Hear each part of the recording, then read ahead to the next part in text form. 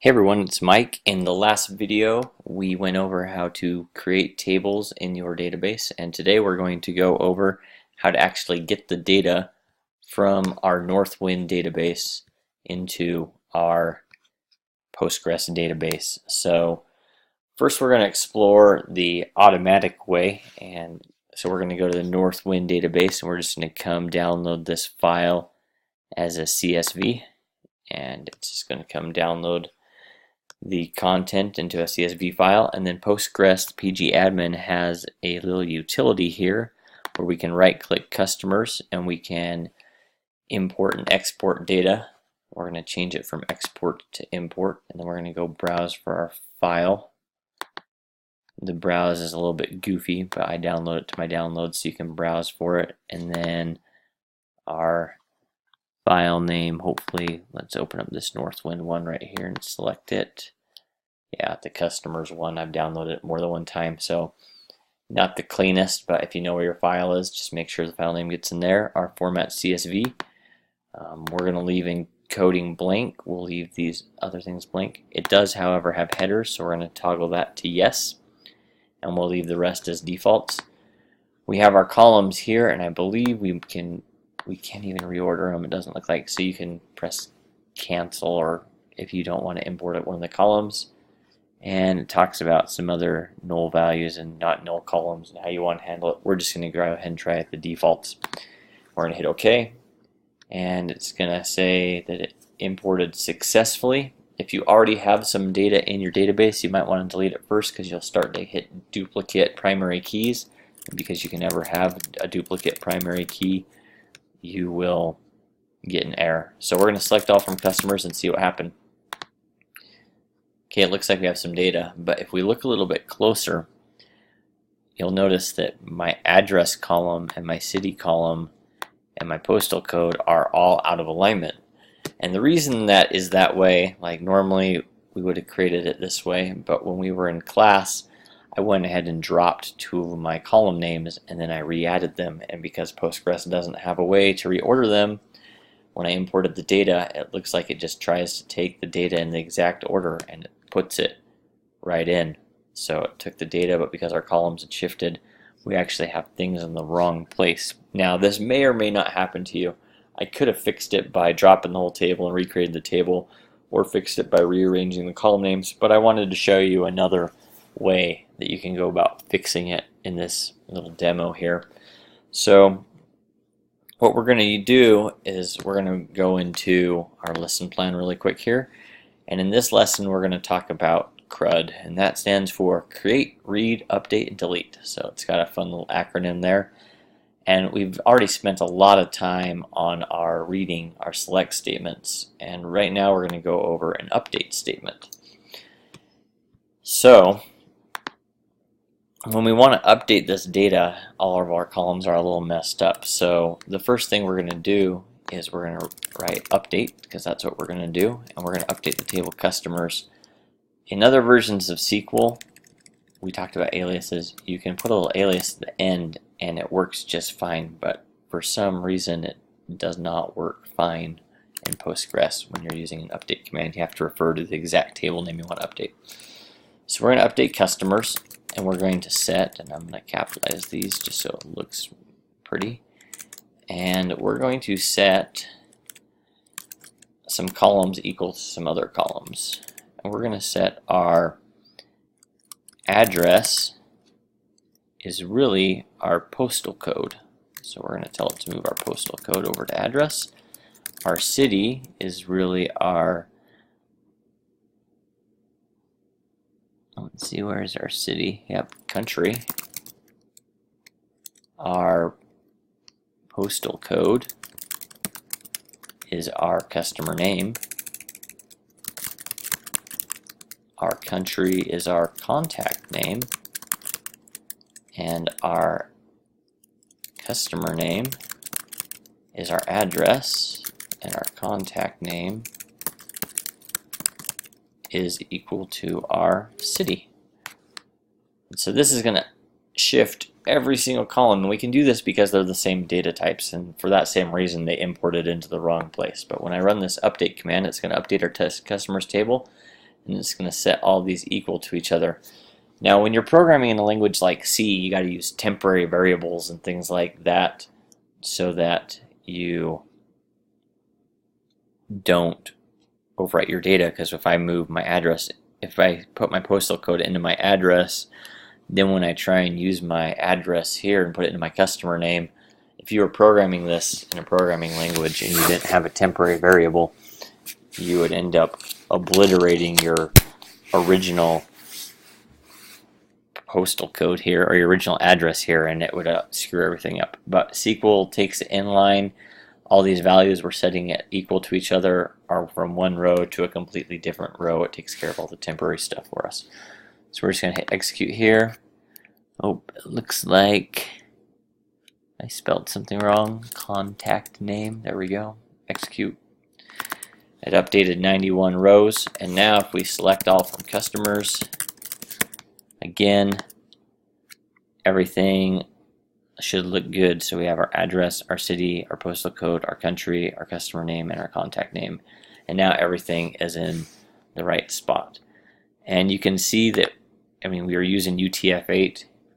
It's important to note that because it's got these funky characters with the umlauts and the little A's and things like that, and they all came over okay. So that's just an important thing. We can talk about text encoding another time, but everything looks like it came in good. So let's go ahead and do another one really quick. We're going to do this one the exact same way just so you can see it quick without that goofy little update that I did for you, because the categories are all in the exact same order. So we're going to go File, Download, and we're going to download comma separated values again. Click back over here, come up into Categories, right click, and we're going to go into Import Export, toggle it over to Import, browse for our file. Hope that we guessed the right one. Looks like we can see it up there too. There we go. Categories, got it. Double click here. Oh, so don't need to double click. Click select, brings it in. Yes, it's got a header. Everything else is default. Click OK. And it's successfully completed. And now if we select all from categories and run it, boom, we got our categories imported. So you can see that this is the semi-automatic approach. I am not going to do a fully automatic because I haven't figured out how to do one in this database, but we could do them one table at a time, bring all our data in, life will be good. So now we're going to do another more manual approach. So we already did an update where we fixed all the data. We've done reads. Now we're going to do a create. So for our employees' data, we're going to actually do a little coding right here in our sheet, because I like to use some functions that are in Sheets sometimes, especially when I'm working with SQL and I have lots of data. So I'm actually going to write my SQL commands here and copy and paste them into our query window. So we're going to do an insert into, because that is the SQL command for how you insert a row, and we're going to insert into our employees table. And then you have a parentheses, and in the first set of parentheses we want to list all of the column names in the exact order that we want to insert them. So we're going to insert our employee underscore ID, our last underscore name, our first underscore name, our birth date, and our photo, and our notes. And then that's the first part of an insert statement. So you have your insert into, the table name, and then the columns that you're going to supply values for. Now we're going to supply the values. So it also goes in parentheses, and this is where we're going to start to use some of our sheet logic. So we're going to concatenate some stuff. So we're going to concatenate, and we're going to concatenate this string. I always like to make the whole thing work first, and then we're going to go put some values in here, comma separate, and our first value needs to be our employee ID. So our employee ID is this value here. Oops. A2. So now we can see over on our right here, we're starting to form the SQL command, insert into employees. Here's all our columns, value 1. So there's our ID. And then we're just going to go and we need a comma next, so we gotta put a comma here, and now we're going to need single quotes because that represents a string in SQL, and then we're going to need our variable. So we're going to go grab our variable here, B2, press enter. We can check it out here. Now we got our first name coming in there, and then we're going to get a bunch more stuff, and they're all going to follow a similar pattern. So if we go to where A2 ends, and we want to, well, let's do one more first. So we're going to do a comma, and then we're going to start another string, end the string, and then we're going to put the value in the middle. That's kind of how my brain thinks about it when I'm taking this data out. And after our first name, we need our, oh, I skipped our last name. Last name, then first name. All right, here we go. C2. So it's last name, comma, first name we have. And we're going to come up here, and we're just going to keep on going down the line. So the next variable we need, another comma. Put in a string. Some commas to separate the formula. Grab our birth date. Press enter. Oh, and that didn't come over quite how we wanted it to. So maybe we need to come in here and change this format to be text. There we go. Now it's looking how we want it to look. Okay, next one, comma, quote, quote, quote, quote, comma, comma.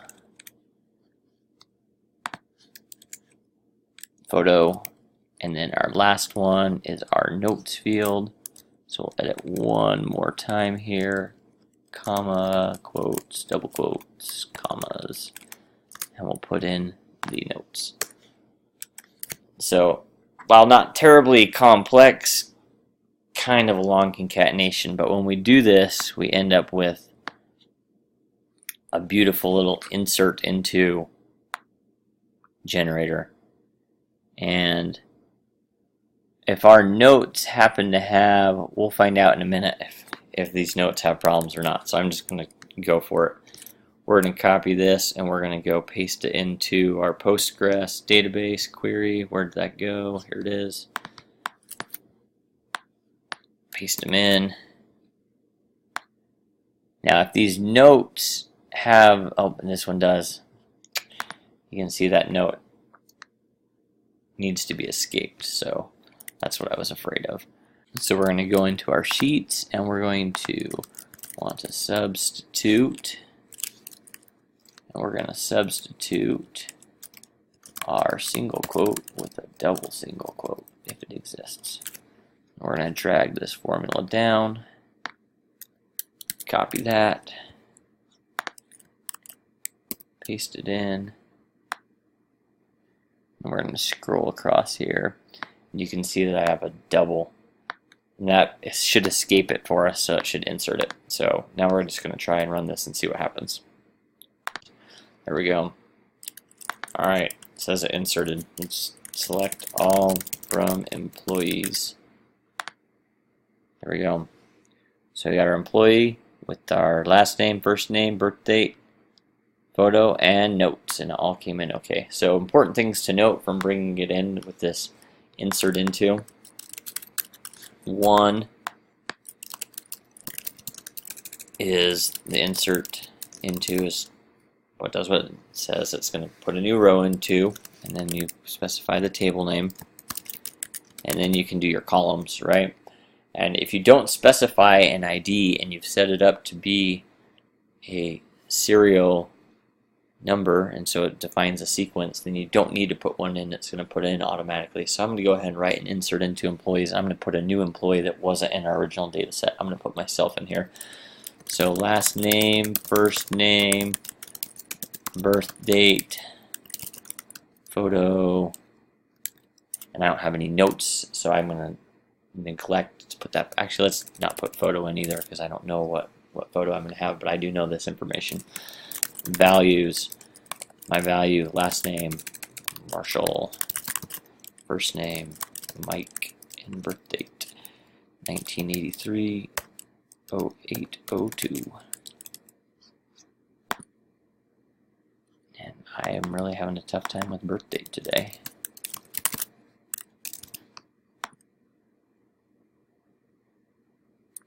Alright, so here it's telling me that a duplicate key already exists. So the reason that probably happened was because I inserted them and I told it what key to put in, and it didn't increment this auto sequencer. So I'm going to go fix that right now too, just so you can see how to do that. So we're going to come into our employee sequence right here. We're just going to open it up, come into its properties, and we can see that its current value is 1 and it increments by 1, and it's got a max of a big number. But really its current value should probably be 10 or 11. Let's try 10 and see if it works.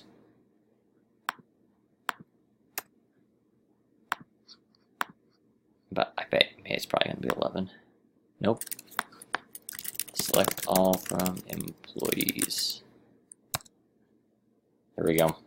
So now, because I fixed my sequence, we're good now. So you can insert any ID anytime you want to, but just because you do it doesn't mean the sequence knows about it. So just be mindful that if you're going to insert an ID like we did when we dropped this data in, then you might need to go and update your ID. Also, if I go and delete a sequence, just because I delete one doesn't mean it's going to go back and start over, unless if I really want it to. I would have to go change the property there as well. So it's something to keep in mind.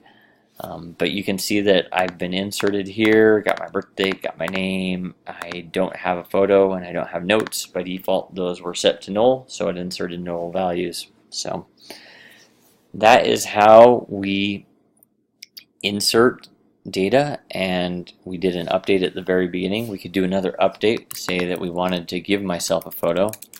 So I can say where the employee ID equals 11, because that's me. And when I'm writing an update commands, I always write my select command first to make sure that I'm operating on the correct data set.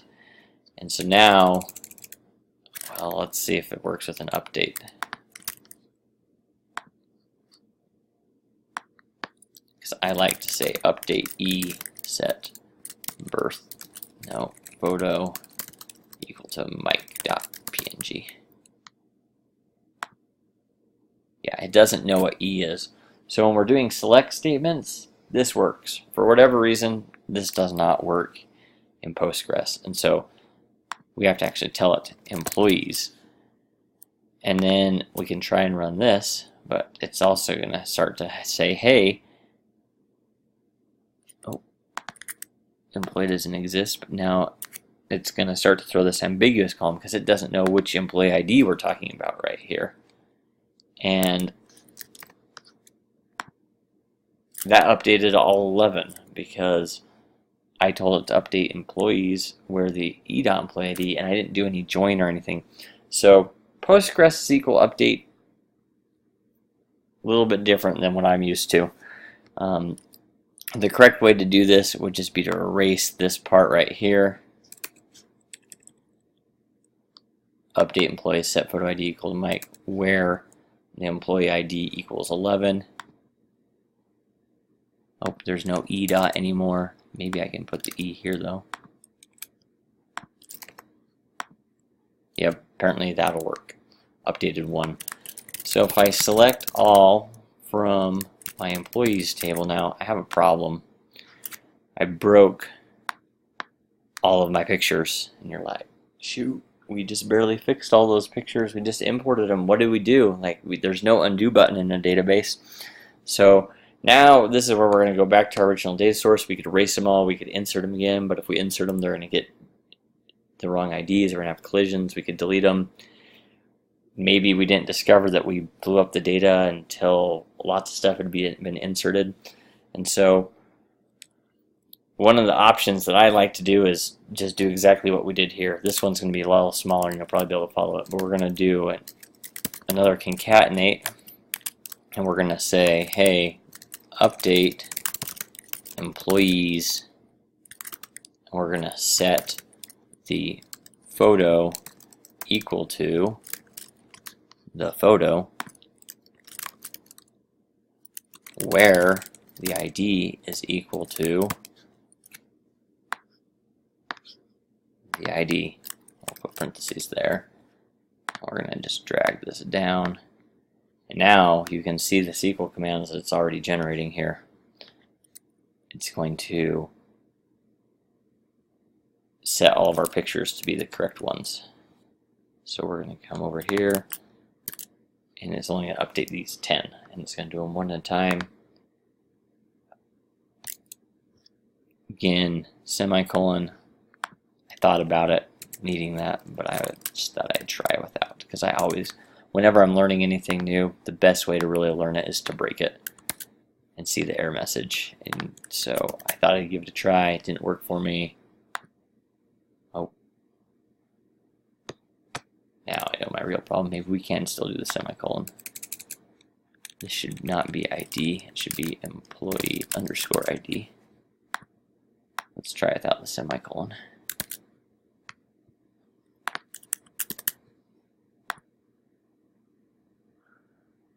Update employees. Oh, line 2 is one that had a problem. So I think I'm going to go ahead and say that the semicolon is going to be our problem here with the Postgres when we're stacking the commands like this.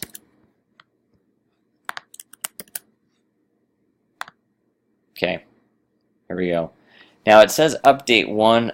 It's probably because these are really 10 separate queries, and it's just showing me the results for the very last one, which did only update 1. Because if we go ahead and select all from employees, we're going to find that our data is fixed. And who knows what that order is, but order by employee ID. There we go. So we got all of our data in. The rest of them, why don't you play with it? You can insert data any way you want to, but we've kind of gone over the major operations of doing an insert and a read and update. I guess we didn't do a delete. Let's do one really quick. Let's get rid of me. Delete from employees where employee underscore ID equals nope, 11. Again, I like to write select all from and then comment that out, run it, say okay, I really only have Mike, that's the one I really want to delete, comment that out, put that back in, run it.